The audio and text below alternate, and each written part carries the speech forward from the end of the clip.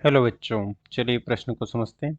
एक घर्षण रहित क्षैतिज सतह पर दो द्रव्यमान M1 तथा M2 एक स्प्रिंग से जोड़कर रखे गए हैं। स्प्रिंग का नियतांक K है। प्रारंभ में निकाय विराम अवस्था में है तथा स्प्रिंग अपने स्वाभाविक लंबाई x0 दूरी तक खिंची हुई है। इस निकाय को छोड़ दिया जाता है। दोनों द्रव्यमानों की पुनः विराम अवस्था में आने तक उनके द्वारा तय की गई दूरियां ज्ञात करें। हमें विराम अवस्था में आने तक उनके द्वारा तय की गई दूरियां ज्ञात करनी है। मुख्य अवधारणा में हम देख सकते हैं कि माना कि किसी स्थिर सतह से कोई स्प्रिंग जुड़ी है जो कि x लंबाई की है और इसे खींचकर x0 लंबाई की कर दिया जाता है। तो इसकी प्रारंभिक स्थिति से इसमें जो विस्तार हुआ है वो विस्तार उसमें स्थितिज ऊर्जा के रूप में संचित हो जाता है और ये स्थितिज ऊर्जा हो जाती है 1/2 के x0 का स्क्वायर, क्योंकि प्रारंभ में कोई नहीं था, विस्तार नहीं था, तो उसकी ऊर्जा प्रारंभ में विस्तार 0 था तथा अंतिम विस्तार x0 हो गया है। तो उसे हम इस प्रकार से लिख सकते हैं कि कुल स्थितिज ऊर्जा हो जाएगी उसकी 1/2 के x0 स्क्वायर। तथा हम देख सकते हैं कि अब चलिए प्रश्न को हल करते हैं। प्रश्न में दिया गया है कि दो द्रव्यमान हैं M1 व M2।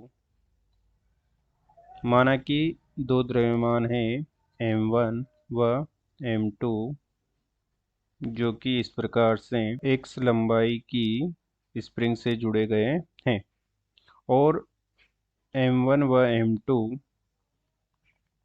विराम अवस्था में जब होते हैं तो स्प्रिंग में x0 खिंचाव होता है, x0 खिंचाव होता है।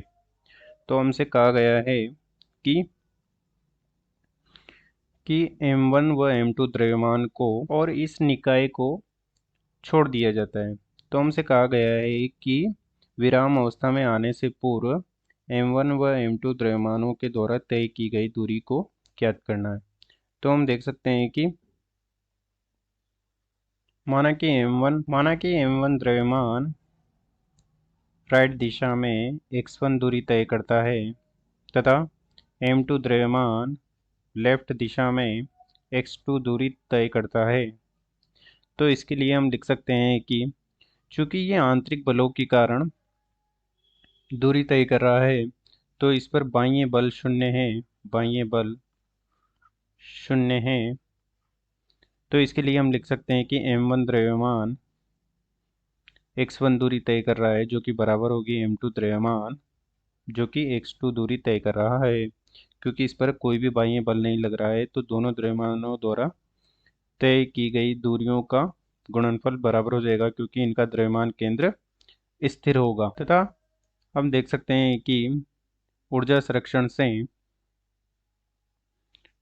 संरक्षण से प्रारंभ में जो ऊर्जा थी वही ऊर्जा बाद में भी होगी। तो उसके लिए हम लिख सकते हैं कि जब प्रारंभ में उसमें 1/2 के x0 का खिंचाव था तो उसकी ऊर्जा हो जाएगी 1/2 के x0 और M1 द्रव्यमान तथा 1/2 के M1 द्रव्यमान x1 खिंचाव उत्पन्न करेगा और M2 द्रव्यमान x2 खिंचाव उत्पन्न करेगा तथा इन दोनों ही खिंचावों में x0 पहले से ही इंक्लूड हो चुका है। तो दोनों में 2 बार x0 इंक्लूड हो चुका है। तो उसके लिए हम इसमें से एक बार x0 को माइनस कर देंगे, क्योंकि ये क्लियरली बताना असंभव है कि x0 कहाँ तक हुआ, क्योंकि पूरी स्प्रिंग में जैसे ही M1 x1 गति करेगा तो पहले से जो खिंचाव x0 था वो उसमें इंक्लूड हो चुका है और जैसे ही M2 x2 गति करेगा तो x0 जो खिंचाव था वो पहले से ही उसमें इंक्लूड हो चुका है। इसलिए हमें एक बार उसे माइनस करना पड़ेगा और ये हमें संपूर्ण खिंचाव प्राप्त हो जाएगा जो कि x1 व x2 गति करने के बाद प्राप्त होगा, तो इसका भी इसकी घात 2 हो जाएगी। और ये हो जाएगा x नोट बराबर x1 plus x2 minus x note, जो कि हो जाएगा 2x नोट बराबर x1 प्लस x2 तथा यहाँ से हम लिख सकते हैं कि x1 बराबर हो जाएगा 2x note plus minus x2, जो कि हो जाएगा समीकरण नंबर 2। और समीकरण नंबर 2 से मान रख देंगे हम समीकरण नंबर 1 में, तो ये हो जाएगा m1 2x note minus x2 बराबर हो जाएगा m2 x2। और ये हल करने पर ये हो जाएगा x2 बराबर 2m1 x नोट बटे हो जाएगा ये m1 प्लस m2। और इसी प्रकार से x1 का भी मान निकाल सकते हैं, जो कि हो जाएगा x1 बराबर 2m2 x नोट बटे हो जाएगा m1 प्लस m2। इसी प्रकार से हम x2 का भी मान निकालेंगे, जो कि हो जाएगा x2 बराबर 2x नोट माइनस x1, और इसमें मान रख देंगे हम, जो कि हो जाएगा m1 x1 बराबर हो जाएगा m2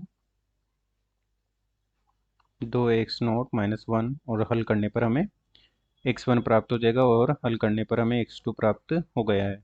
और यही दूरियां हमसे ज्ञात करवाई गई थी कि संतुलन में आने से पूर्व m1 द्रव्यमान व m2 द्रव्यमान के द्वारा तय की गई दूरियां कितनी होगी। अतः दिए गए प्रश्न को हमने हल कर दिया है। आशा करते हैं आपको समझ में आया होगा। धन्यवाद।